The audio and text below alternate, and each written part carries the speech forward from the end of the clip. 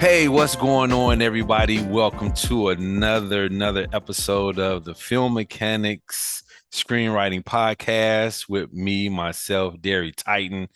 And it's been such a joy this particular season as we started it off. As you've heard before, the previous guests, but man, sometimes you get guests and you just like shocked by the amount of work that they're doing, the amount of fortitude that they have. And sometimes you're surprised by the type of guests who really want to bring themselves to the forefront of what this business is, that they will make moves, they will do things, they will make sacrifices, because at the end of the day, that's what this job is. It's a huge sacrifice on so many levels. And so I want to kind of go down a list of things that she has. I you know what? Let her do this for us. So Tamala, tell us a little bit about yourself right quick.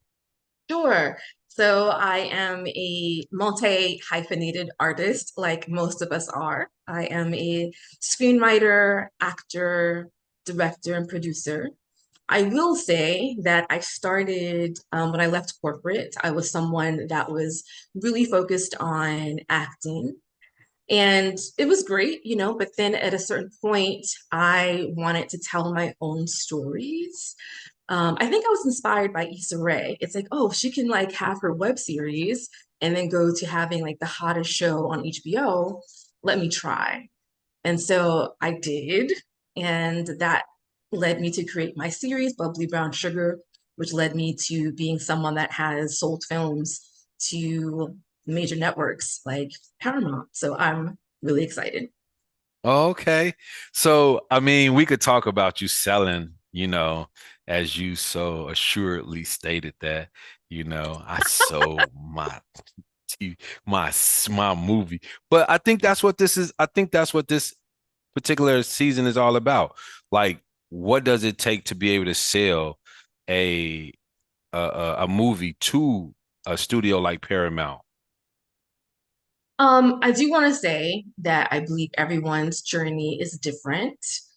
So my path, I don't think is a conventional path. I did a web series, and from that, I was able to, like, I had a really nice film festival circuit. So I got a lot of awards, I met a lot of people, got a lot of buzz, a lot of write-ups, and that allowed me to get a literary manager who basically advocated on my behalf. I was pitching me to producers and so forth. And the producers are the ones that were like, "Oh, I like this story, let's develop it," and sold it. So it wasn't so much like me going to Paramount. That's not what happened. It's more so I showcased my talents as a writer, as a director, as a producer, and invested my own money and created a product that people were able to utilize and also just see my level of work, you know. It's the irony of it is I kind of remember when Bubbly Brown Sugar had came out, and it was like literally all over the internet, Yeah, that's so and nice. it was all over Facebook. And I remember that. And it was so funny because I was like, I wonder what this is about. And I think you only dropped like one episode at first. Am I correct? It was like one episode. I think I think what happened was I released it very briefly on YouTube, and then Mhm. I was able to get it licensed, and I had to pull it. So Urban Flicks licensed it, which is great. And for those that don't know what that means they paid me money to show it on their platform exclusively for an X amount of time. So so they took, so here you are in a situation where you invested your money, people invested their time, they invested their talents, they invested their gifts, right? And here you are in a situation where you like, well, I'm just gonna put it on YouTube. And then Urban Flicks came. Like, I think that would be great on our channel. And Mhm. they license, because that's the name of the game, licensing, right? Yes. That's the So name of the that, so game. that so that isn't what happened. Okay. I needed to make some money and I wasn't becoming the viral sensation that I thought I would be. Like I wasn't getting millions of views on YouTube. So I was actively myself researching content development executives at these streaming networks and introducing myself. And as an independent creator, a lot of people think it's just gonna happen. I'm gonna put it on YouTube. No, I put that on YouTube and I was like, I need money. And I was emailing people like, hi, my name is Tamala. What's yours? And you have to have that level of tenacity. Um, I think to get your foot in the door. Like no one gave me any information. No one was like, here, Tamala. And Netflix or Urbanflix didn't come to me. I went to them and was like, look at my stuff. So and when so the first licensing, so they only so how long did they license it? 1 year, 9 months, and then they have they relicensed it again? Like walk us through that process right quick.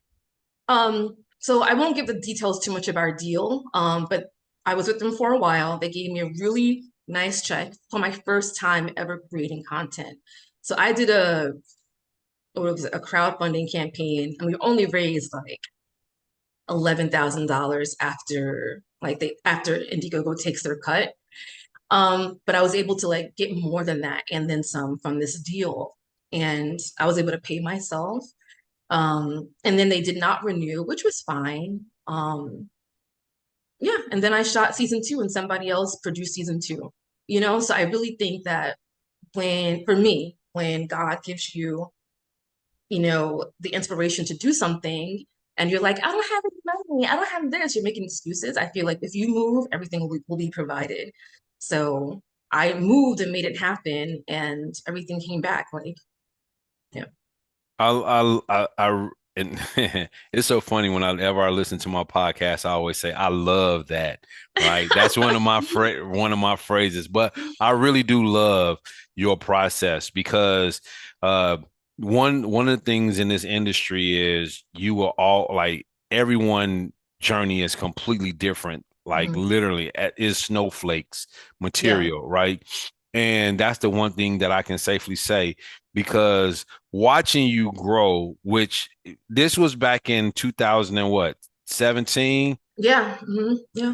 Okay. I wrote it in 2017 and then I was like, I'm gonna do it, even though I don't know what I'm doing. Because again, I was acting at the time primarily. Mhm.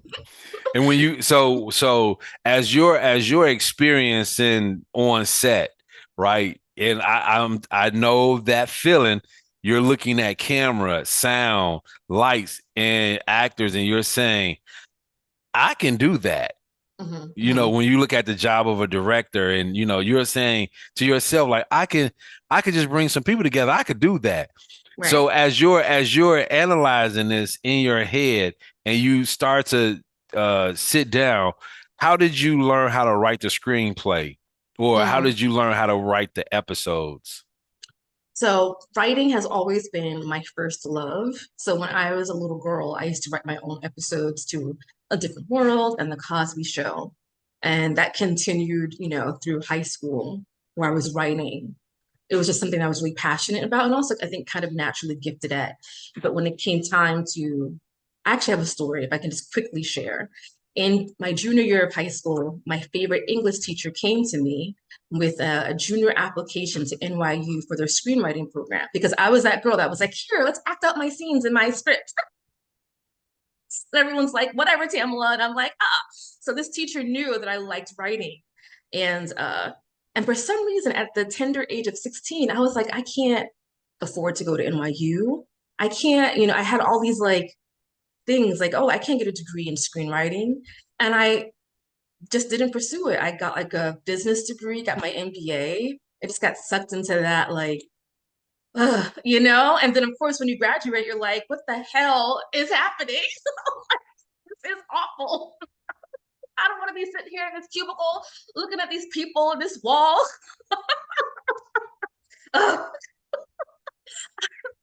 I burned out very quickly from corporate. Like, oh my goodness gracious. So I've always loved to write.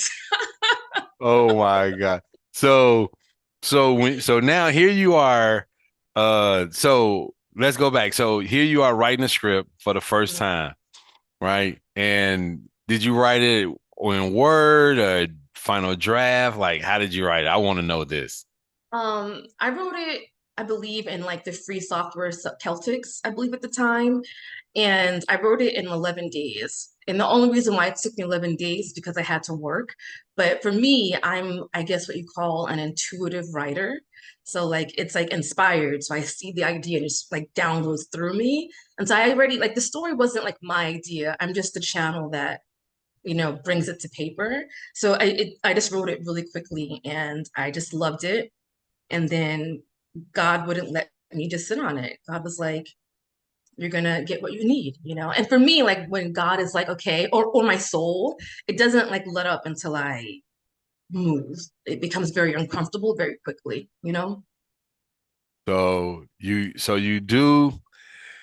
So now you have Bubbly Brown Sugar. And after that, what's next after that? Um, I do Bubbly Brown Sugar season two, but at that point, I'm getting jobs like in production, which was really cool because I wanted money as an artist. So I'm kind of working really a lot in production. But then I get a literary manager, and she's like, Tamala, let's write. So I'm writing all these great ideas, and she's pitching them to producers. Shout out to Shauna. Thank you so much, Shauna. And and I got some producers that were really attached, and one of them read one of my holiday films, and they were like, "Let's go." And he's like, "Let's go today." And I'm like, "Wait, I'm not ready." So that was a whirlwind. So that was the next film after.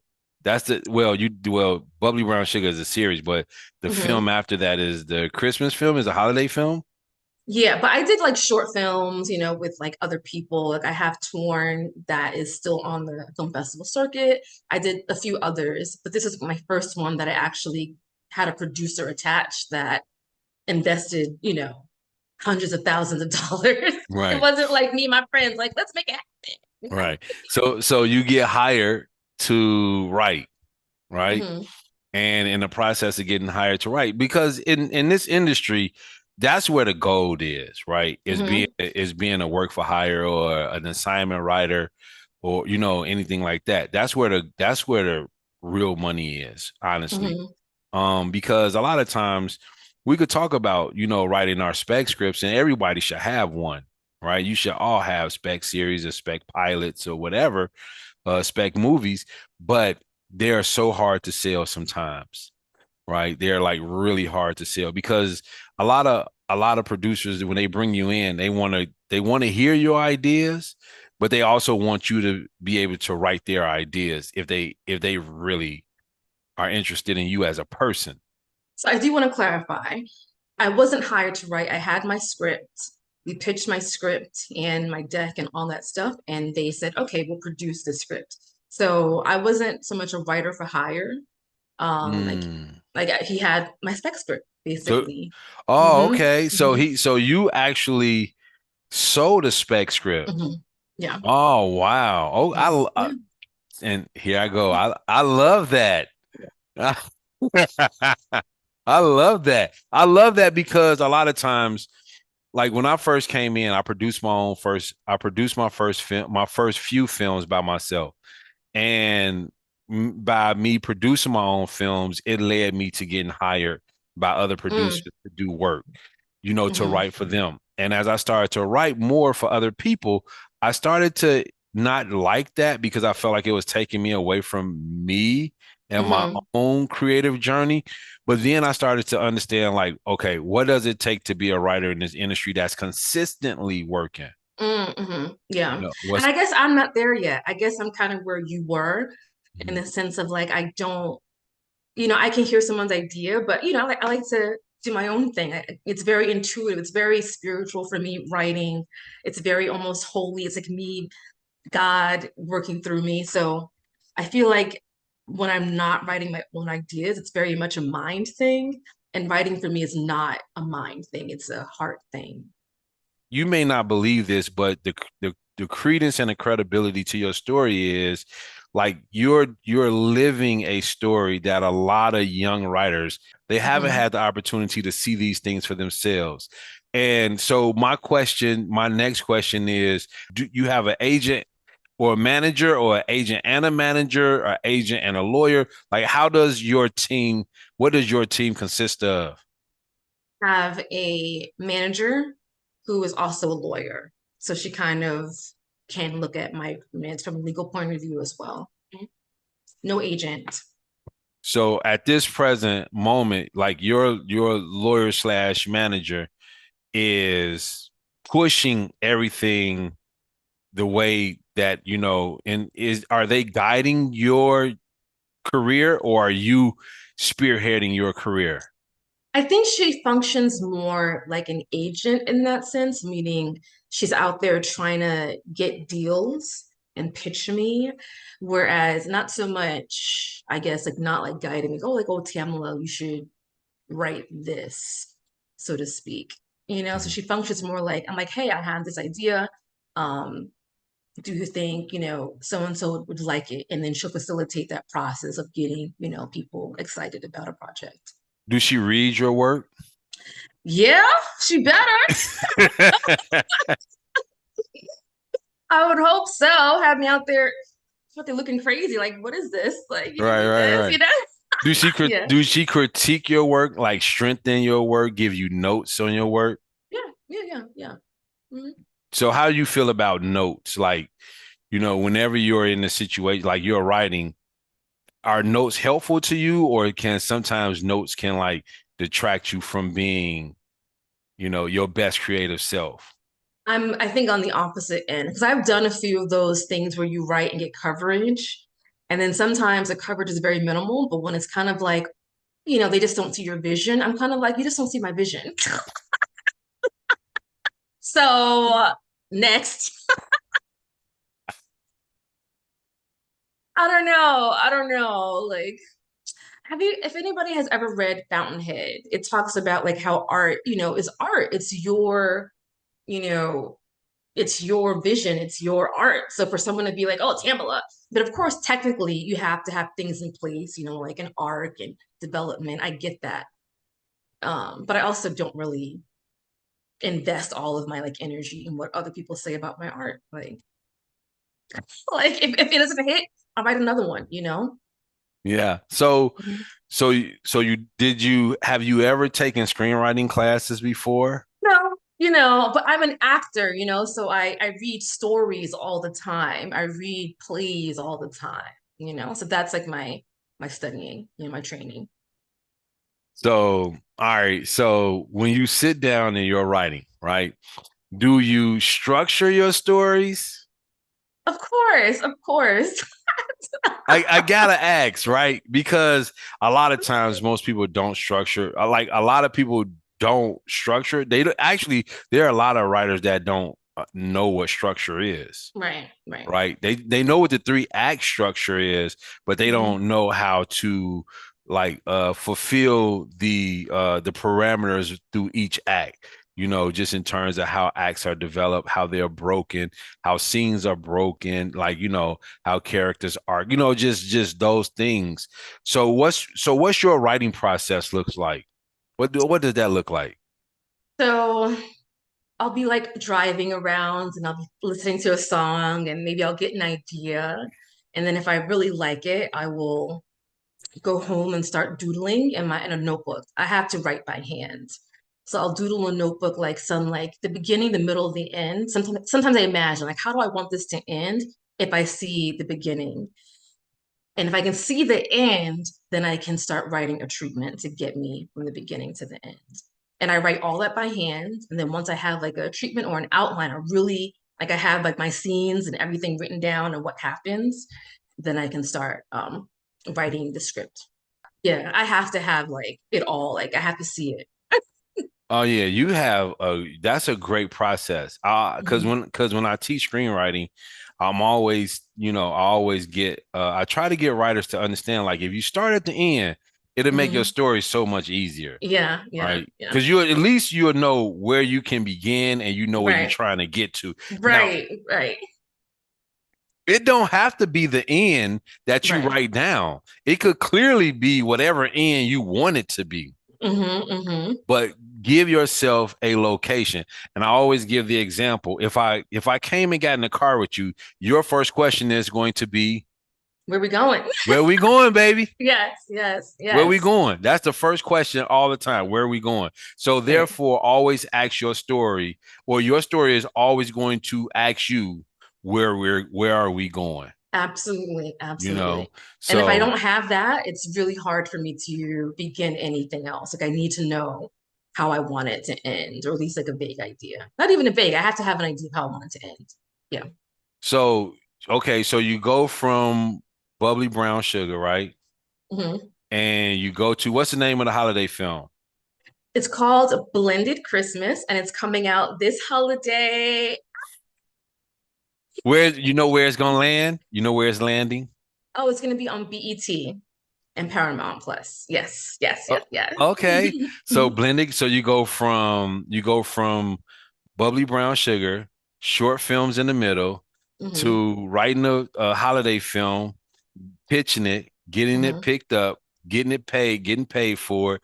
So as a first time director, and this is pretty much one of your biggest films at Oh this yeah, the present, biggest. Yeah. right, at this present moment in time. So with that being said, just give us real quick what is one jewel, one nugget that you go by in this industry. While you wait, create.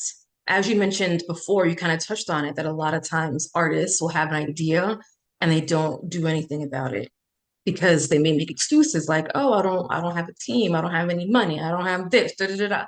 I'm not the best writer. I believe that as artists, you're meant to create art and just to do. So I feel like if you have an idea, just to take the first step and trust that everything else will be provided. I also believe in excellence, though. There are many writers that come to me and they're like, oh, Tamala, can you read this or can you direct that? I know that I don't have formal training, but I do study.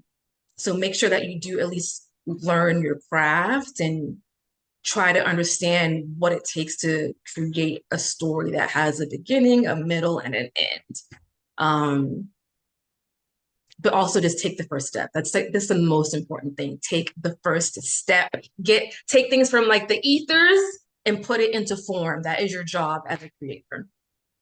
I I gotta somehow, some way leave this podcast right where you left it at, because you just set the mic on fire right there. Like legit. Like, so with that being said, I don't want to take up any more of your time. Miss Tamala Baldwin, I thank you for joining the Film Mechanics Screenwriting Podcast. We Thank look you. we look forward to Blended Christmas coming out, and we will definitely be checking it out on BET and Paramount Plus. And with that being said, to everyone that's out there, we thank you for joining us today, and we look forward to you listening to us soon. And Yes. peace out. And don't forget to pick up your copy of the Film Mechanics Screenwriting Workbook, a screenwriting process that sells at www.dairytitan.com. See you next episode.